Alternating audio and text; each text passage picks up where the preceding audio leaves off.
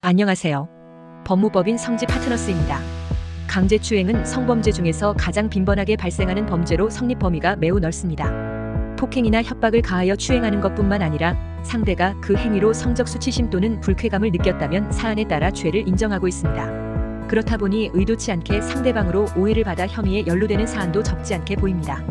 게다가 강제추행은 피해자와 가해자 간 물적 증거가 존재하지 않는 사례가 많기 때문에 피해자의 진술에 중점을 두고 강제추행의 유무죄를 판단하게 됩니다. 만일 피해자가 일관성과 신빙성 있는 진술을 한다면 강제추행죄가 인정될 수 있습니다. 본인의 행동으로 피해자가 신고를 하였다면 피의자 조사를 받게 됩니다. 경찰 조사 시에는 자신의 입장을 법률적인 근거에 따라 전달할 수 있어야 합니다. 그러나 일반인이 기본적인 상식만 숙지한 채 조사에 임한다면 불리한 상황이 전개될 수 있으므로 억울한 부분이 있다면 무혐의 또는 강제추행무죄를 목표로 대응 준비를 시작해야 합니다. 잘못된 대처로 강제추행이 인정되면 다음과 같은 형사처벌을 받게 됩니다. 형법 제298조에 따라 10년 이하의 징역 또는 1,500만 원 이하의 벌금형이 선고됩니다. 거기다 피해자의 연령이 성년에 도달하지 못하였다면 아동 청소년 성보호에 관한 법률에 따라 2년 이상의 유기징역이나 1천만 원 이상, 3천만 원 이하의 벌금형의 처벌을 하고 있습니다. 그 외 유죄가 선고될 시 성범죄 보완처분까지 내려지게 되는데요. 보완처분을 받게 된다면 신상정보 등록과 공개, 취업 제한, 전자발찌 부착 등의 처분을 받아 일상생활에 많은 제약이 나타날 수 있습니다. 더불어 공무원 또는 공기업에 재직하고 있다면 직장 내에서 징계조치 등의 불이익을 받게 될 수 있습니다. 그 외 일반 사기업도 예외는 아닙니다. 회사 입사 시 보완처분으로 제한이 발생하여 경제적인 부분에도 어려움이 나타날 수 있습니다. 성추행은 그 특성상 물적 증거가 제한적이며 피해자의 진술을 반박할 만한 자료가 없다면 강제추행무죄를 주장하기 어렵습니다.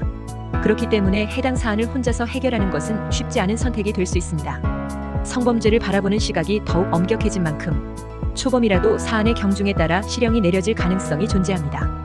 따라서 강제추행무죄의 결과를 원하고 있다면 객관적으로 사안을 바라볼 수 있는 법률 대리인의 도움을 받는 것이 최선의 방법이라 할 수 있습니다. 강제추행무죄 성공 사례. 의뢰인 P는 택시를 운행하는 기사로 주행을 마친 후 승객에게 택시비 잔돈을 돌려주던 중 의도치 않게 상대방의 손을 접촉하였습니다.